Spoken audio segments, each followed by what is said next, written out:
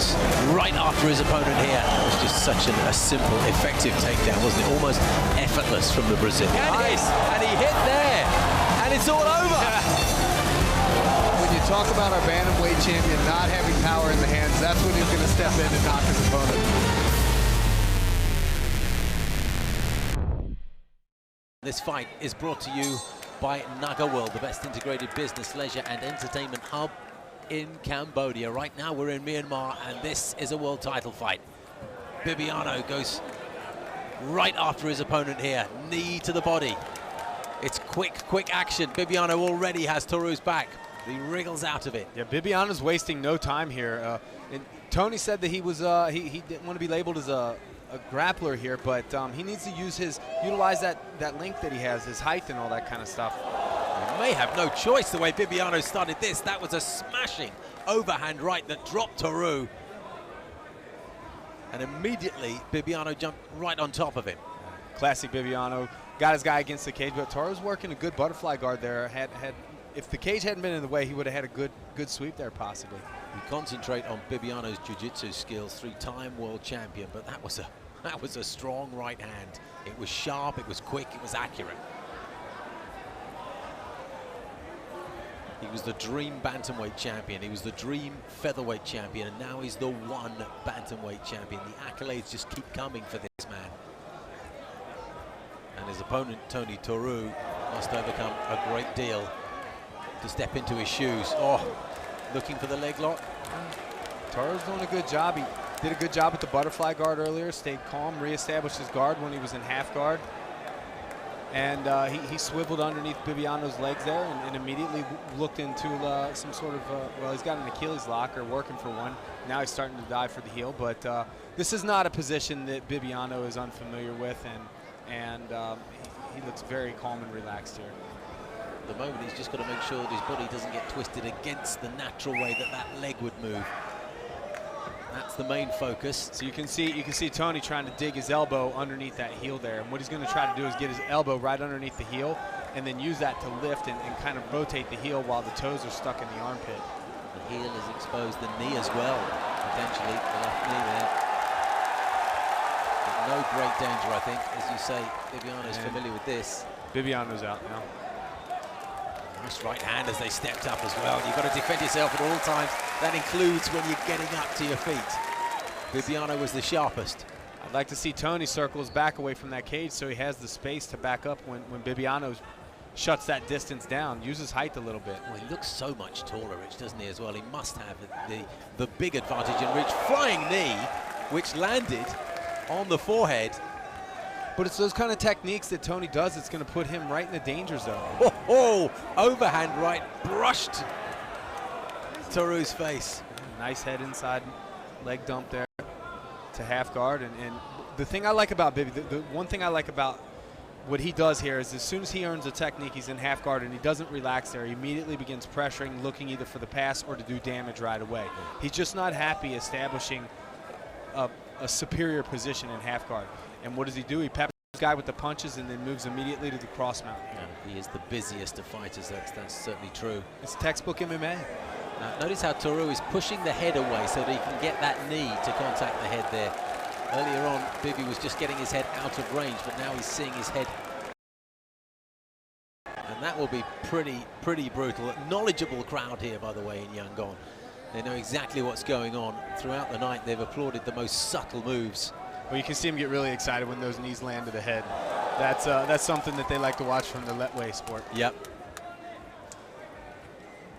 I'll tell you, for having a guy like Bibiano on top of you, Tony is very, very relaxed and poised in a position like this. 10 wins in a row for Tony Toru. Speaks volumes about his ability. But has he come up against a man of this stature before? I don't think so.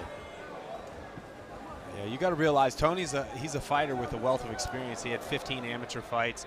He was the Shooto Scandinavian champion, 10 professional fights. 40 seconds left in this opening round.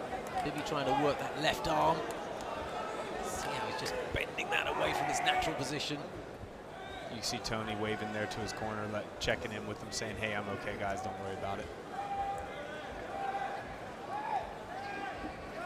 Bibiano's foot is just clutching at the fence there, which is not a legal move. Yuji Shimada didn't quite spot that one, otherwise he'd have been straight on it. Tony Teru doing something similar now with his left foot. Final 10 seconds of the round then. 5 5-minute rounds in this championship contest. Bibi opening his palm saying, oh, not much I can do at this stage. I'll wait out the round until the bell goes and go back to my corner men. With the advantage at this stage, Rich? I would definitely give the advantage to Bibi. He did a good job there. You can see closing the distance with the overhand right and then going to like a low ankle pick. This is an example where Tony lands the knee, but I don't think the knee landed flush on Bibiano's head there. I think it caught him maybe more in the collarbone.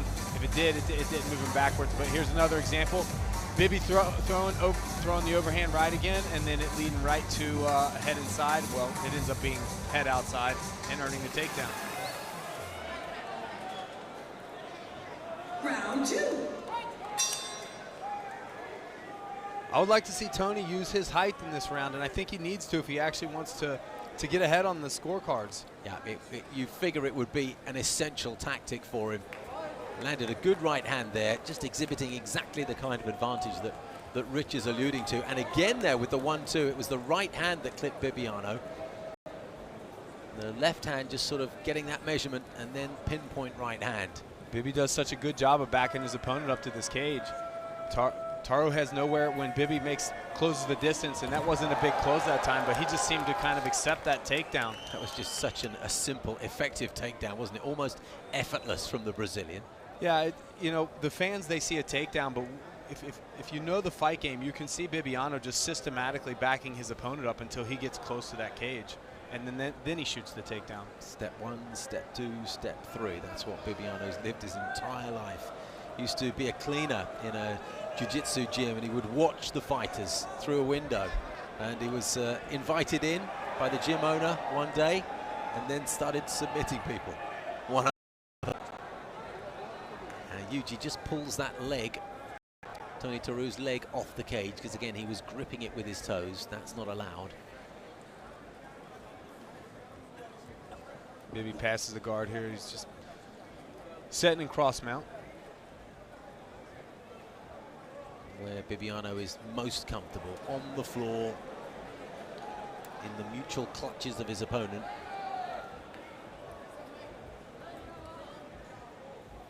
Tony Teru now knows what it's like to be in the cage for several minutes with a world champion, but he's put on a pretty good show. Probably behind at this stage, almost certainly I would say, but the gap is not enormous. And he has looked very calm and very cool in a number of difficult situations.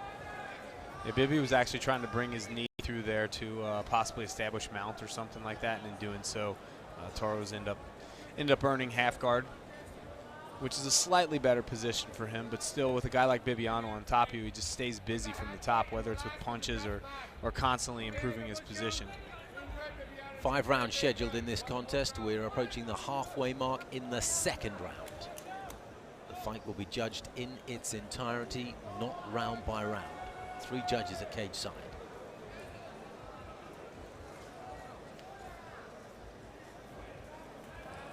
Bibi got himself there in a bit of a predicament. This is he's out now, but that could have led to a nice little arm triangle. Yeah. Toro was trying to capitalize on it, just could not. His own arm there pushed against his neck, but he slipped out of it, as Rich said. 2 minutes left in the second round now. Is there much that Bibi can do from this position? Oh, there's a lot that he can do, but you can see just from the little mistakes that Bibiano makes. For example, we were just talking about Taro capitalizing and trying to put him in that arm triangle. You could tell that Taro's a high-level grappler. Like, he's somebody that can capitalize on some things. And Bibiano, being on top of him, even though he's in a superior position, he knows that he just can't get reckless here. And he has to, everything that he does, he has to do with great care. You can see here he's got great shoulder pressure with his right shoulder on Taro's chin to keep him from moving. And it's those kind of techniques like that stuff that you have to do in order to maintain that top position. Otherwise, you're going to end up in a scramble and back to your feet. So even though it doesn't look like there's a lot happening here, there are these slight little technicalities in the game that you have to understand in order to be able to tell what's going on. Well, for years and years, Bibiano Fernandes has been in this kind of position, finding incremental ways to gain an advantage and finish his opponent. Yeah, he's clearly, nice knee to the head there too. Clearly winning this fight on ground control at this point in time alone. Not really inflicting a ton of damage, and you can see that Taru is very calm, but in the judges' scorecards, I would imagine that Bibiano was just second by second with ground control alone, widening the distance with the decision that could be made here.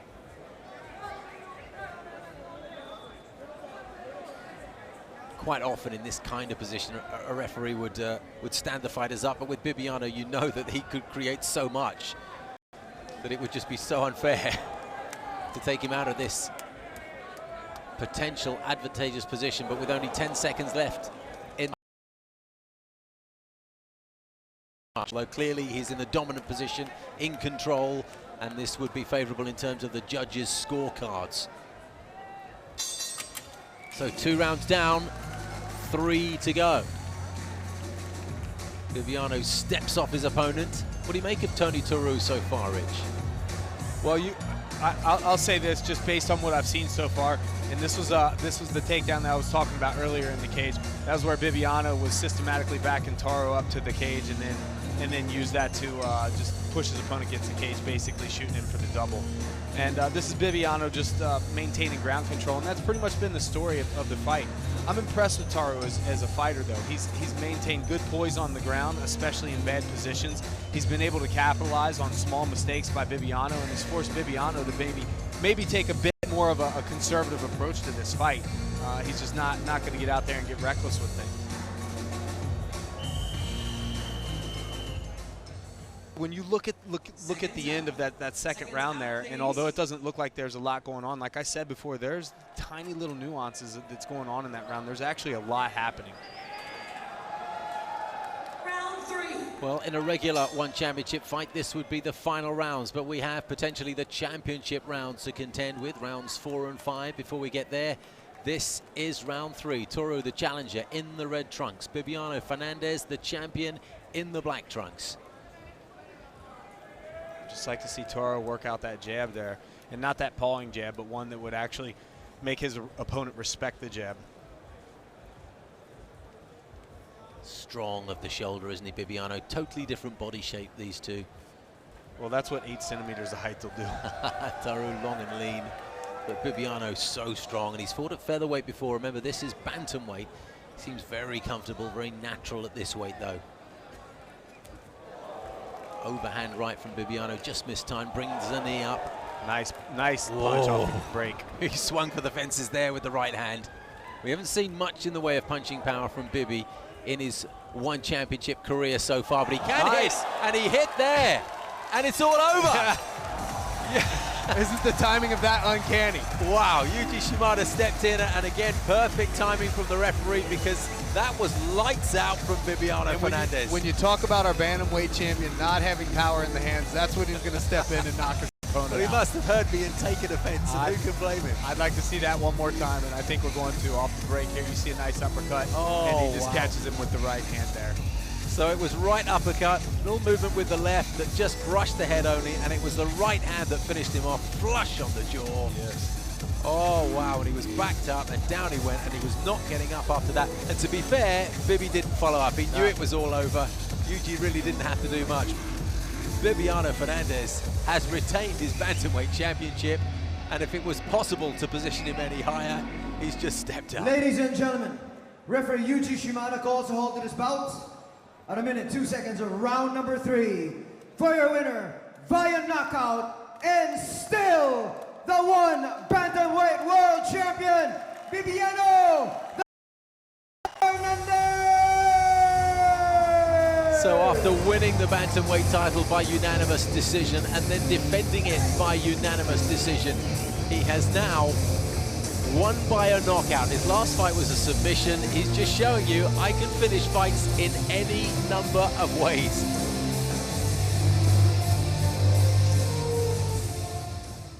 Hey guys, guys, it's Misha Tate. If you want to see more awesome One Championship content, make sure you click that subscribe button. Click it so you don't miss it.